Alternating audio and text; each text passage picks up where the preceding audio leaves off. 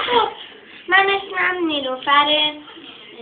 اسم دوست پسر قدیم محمد طالب‌ها بود که در فیلم قبلی بهتون گفتم.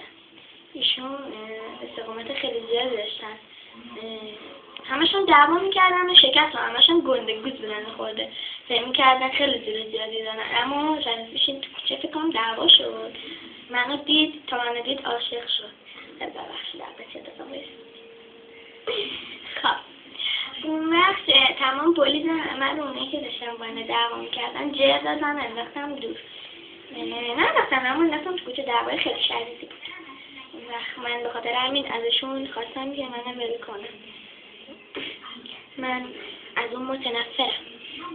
اما نفر بعدی محمد منگولی، چون که او خیلی بچه چخس و بیشوری بود و همش به من گیر میداد بیا بریم بازی بخرم اینا پول بده، با همین اونم ولش کرد.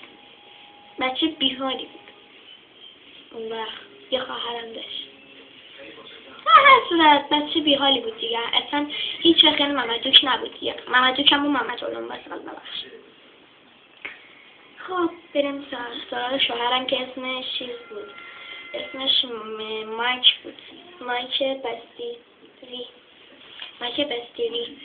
ایشون الان در انگلستان چون که منو طلاق دادن، ازش متنفرم. دقیقا بایستید از همون موقع این چادر رو تنم کرد، از این چادره متنفرم. بهتون بگم فقط به خاطر اونی که اینا رو میپوشم. خب از اینم دیگه متنفرم. کلا من از این زندگی چه بابا نبودم. باز نکن اما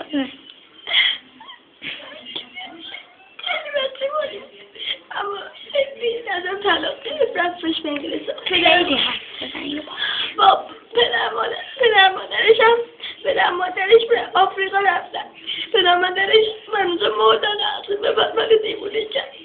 هر روز من کتک میزنی دخترمون ازش طلاق گرفت.